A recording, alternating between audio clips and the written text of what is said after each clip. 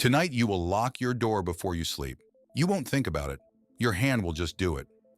A small automatic gesture that says one quiet thing: someone out there might want to hurt me.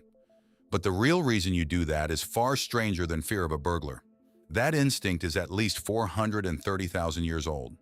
And we know the exact moment it was proven right, because deep inside a cave in northern Spain, at the bottom of a pit, there is a skull with 2 holes in it. Same spot, same weapon, 2 blows. It is the oldest murder ever discovered, and the victim has been waiting all this time to tell you what happened. Let me show you. The place is called Cima de los Huesos, in English, the Pit of the Bones. And the name is not poetry, it is a description. Picture a cave system under the hills of Atapuerca. You crawl, you squeeze through the dark, and then the floor simply ends and drops away into a vertical shaft, 13 meters straight down. That is more than 40 feet of blackness. If you fell in, you would not climb out. At the bottom of that shaft, researchers have recovered more than 6,500 bones. They belong to at least 28 individuals, men, women, teenagers, an entire community folded into the earth. Now here is your first strange question.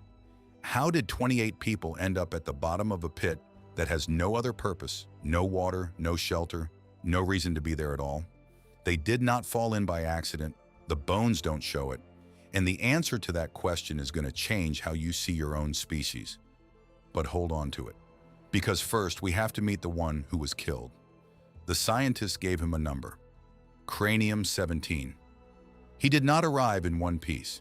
He arrived as 52 separate fragments, scattered through the pit, mixed with everyone else. A paleontologist named Nohemi Sala spent years doing something almost unbearable in its patience.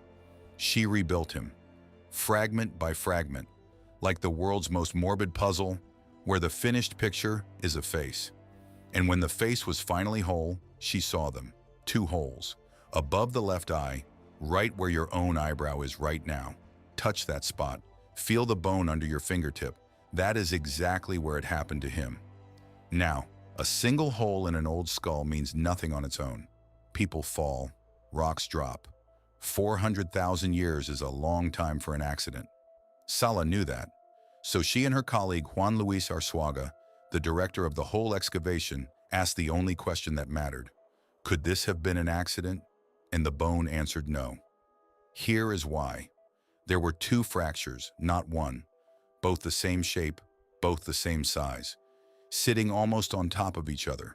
If you trip and hit a rock, you get 1 impact. You don't fall twice in the same centimeter of your forehead at 2 different angles.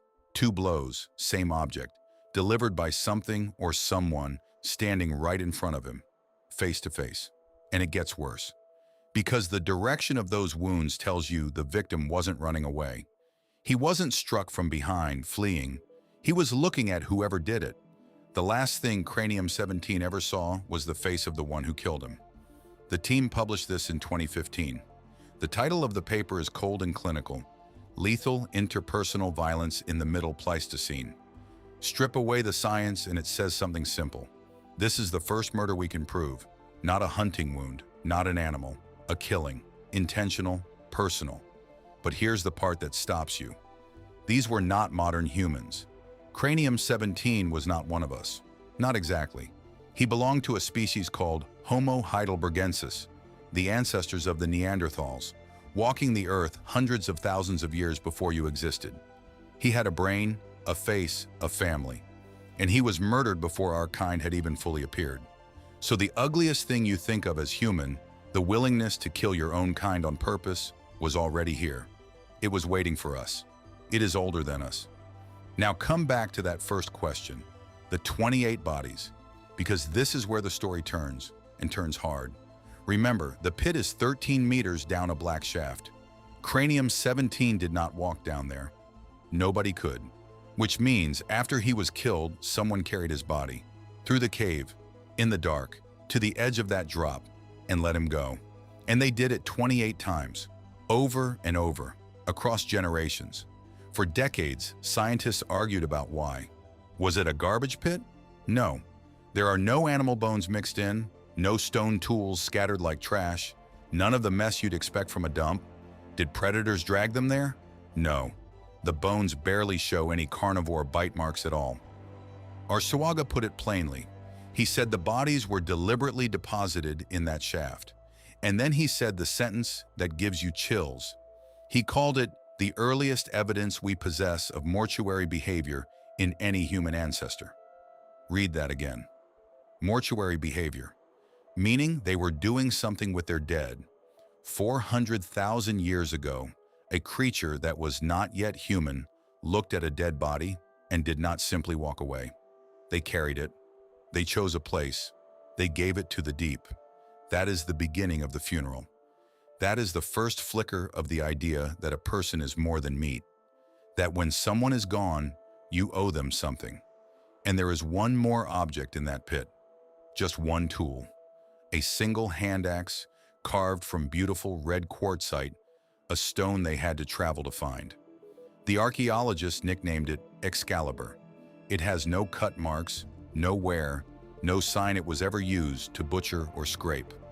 It was, some of them believe, an offering, the oldest grave gift on record, placed with the dead on purpose before your species knew how to speak. So think about what this pit really holds. It holds a murder, and it holds a funeral. Side by side, the same hands that could crush a skull could also carry a body to rest and lay a jewel of stone beside it. That is not a contradiction. That is you. Now you should be careful here. And the honest scientists are. Do we know for certain it was murder? No. We are reading intention from too dense in ancient bone. It is the best explanation, tested against every accident anyone could imagine, and it survives. But it is an interpretation, not a confession. Nobody left a note. The dead don't testify. They only hint. And the funeral? We call it mortuary behavior, not religion. We don't know if they grieved the way you would. We don't know if they believed in anything.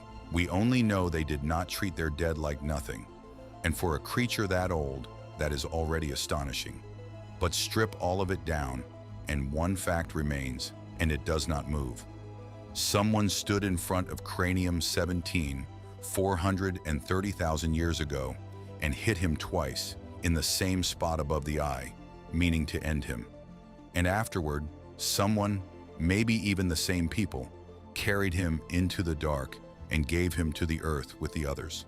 Violence and tenderness, in the same pit, from the same hands. That is the inheritance. That is what was already written into your kind before your kind arrived. So tonight, when you reach for the lock without thinking, understand what your hand is remembering.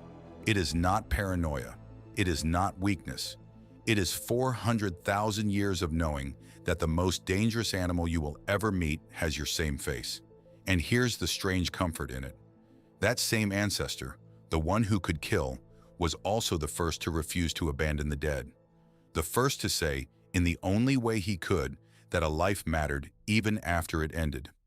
You carry both of them, the one who strikes and the one who mourns. You lock your door tonight without thinking about it. Now you know why.